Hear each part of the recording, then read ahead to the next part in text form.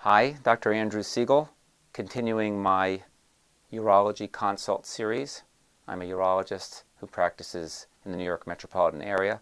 The topic for today is called Nocturia, which is the medical term for nighttime urination. So, needing to awaken from sleep to urinate one or more times is the definition. This is a very prevalent and bothersome symptom for many people. It is perhaps the most difficult symptom to treat. It involves both men and women. It has a very negative impact on the quality of life of those who suffer with it. It is very sleep disruptive, and it can result in fatigue, falls in the middle of the night, traffic accidents as a result of fatigue, etc. There are many, many causes of nocturia, many of which are not urological. When somebody has nocturia, the first thought is usually you have a urinary problem, you have a prostate problem, get to a urologist. That is not always the case. It can be due to volume overload states such as excessive fluid intake, especially caffeine. It can be due to edema, which is the accumulation of fluid in the extremities, specifically the legs. During sleep, in the recumbent position with the legs up, gravity returns a lot of that fluid to the circulation, and a lot of urine is made at night. There is a pituitary hormone called Vasopressin, also known as anti-diuretic hormone, and changes in its release can profoundly affect nighttime urination. Neurological issues, diabetes, Parkinson's disease, multiple sclerosis, stroke, spinal cord injury, etc. can cause urinary frequency daytime as well as night. Systemic diseases such as chronic kidney deficiency, once again diabetes mellitus or diabetes insipidus can be responsible. Anxiety can result in frequent voiding. Sleep disorders, insomnia, obstructive sleep apnea is a big one. Restless leg syndrome, pain from arthritis, etc. can result in getting up and needing to use the bathroom at night. As far as urological causes, there are many. Any form of bladder irritation, such as a urinary tract infection, a stone, a cancer of the bladder, inflammation of the bladder, such as interstitial cystitis or radiation cystitis, the presence of a stent in the urinary tract after kidney stone surgery, having an overactive bladder, a small capacity bladder, incomplete emptying, as might be seen with somebody with an enlarged prostate, scar tissue in the urethra, a female with a dropped bladder, or somebody who has neurological issues related to the bladder. If the bladder is not emptying, there's lots of residual urine, and it can result in frequent voiding day and night. Something putting pressure on the bladder can also be responsible, such as a large uterine fibroid. The million-dollar question is, when one gets up at night a lot to urinate, are they voiding because of a full bladder, which would be appropriate, or because they are awakened for another reason, such as a sleep disorder or environmental cues? Is it isolated nighttime frequency, or is the frequency global, occurring during the day as well? There's a phenomenon called nocturnal polyuria, which essentially is the excessive production of urine at night.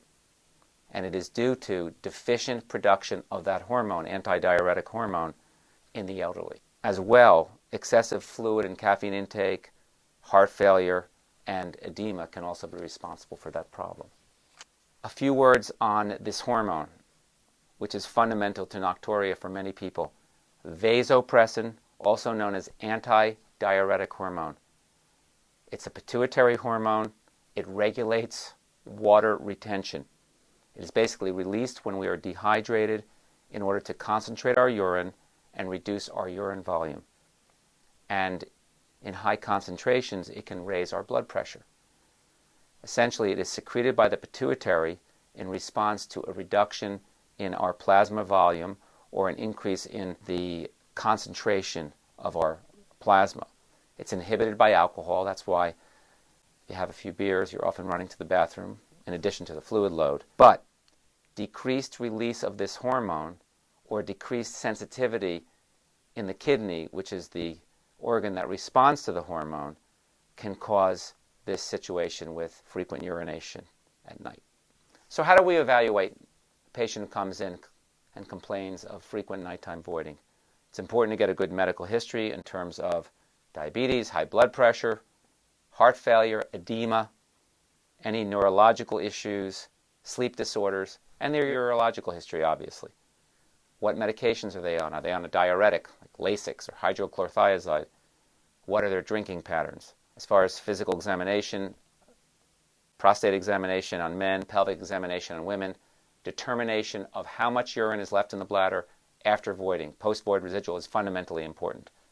Urinalysis, perhaps the simplest, the cheapest, and the most telling tool in the evaluation of nocturia is the voiding diary. It is simply a record for 24 hours, including, obviously, sleep time of urination and quantity of urination. And the next 3 slides depict 3 different voiding diaries. This first voiding diary shows 14 voids in 24 hours, and they're all huge volumes. Bladder is full every single time. What's the problem there? They're appropriate voids. This person is drinking overzealously. It is nothing other than that. Many people drink a lot of fluid because they want to stay well hydrated. It's good for the skin, it's good for the kidneys, but some people overdo it.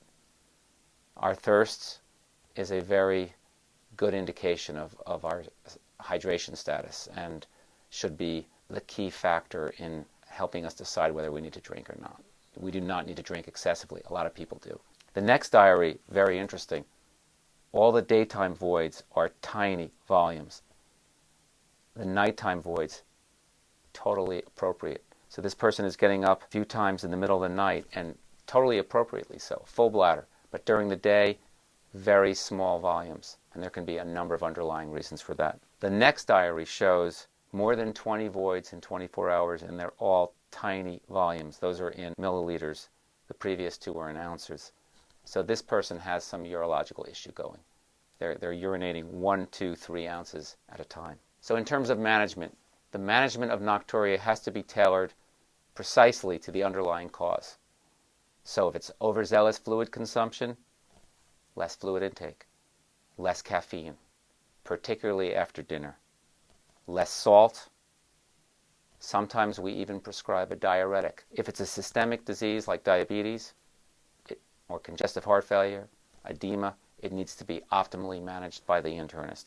As far as the edema, elevating the legs, watching the salt in the diet, and using compression stockings can be helpful. It's also sometimes helpful to put your legs up during the day to get some of that fluid off during the day so that there's less of an issue in the nighttime. Sleep issues, sometimes medications, sometimes evaluation by a sleep lab. If it's obstructive sleep apnea, using continuous positive airway pressure machines can make a remarkable difference in the nighttime urination. If it's physiological nocturnal diuresis, sometimes we use synthetic vasopressin, that is synthetic ADH hormone. It's called DDAVP. It's used for children who are bedwetters, and when used judiciously, it can be of great help. If somebody has an overactive bladder, it's treated appropriately with fluid management, exercises, and medications. If it's prostate enlargement, it's treated with either medications or surgery. And if it's failure to empty, resulting in a large residual, then the specific cause is treated carefully. For more information, you can go to our website, www.bergenurological.com, where you can download a lot of very interesting and informative information. Thank you.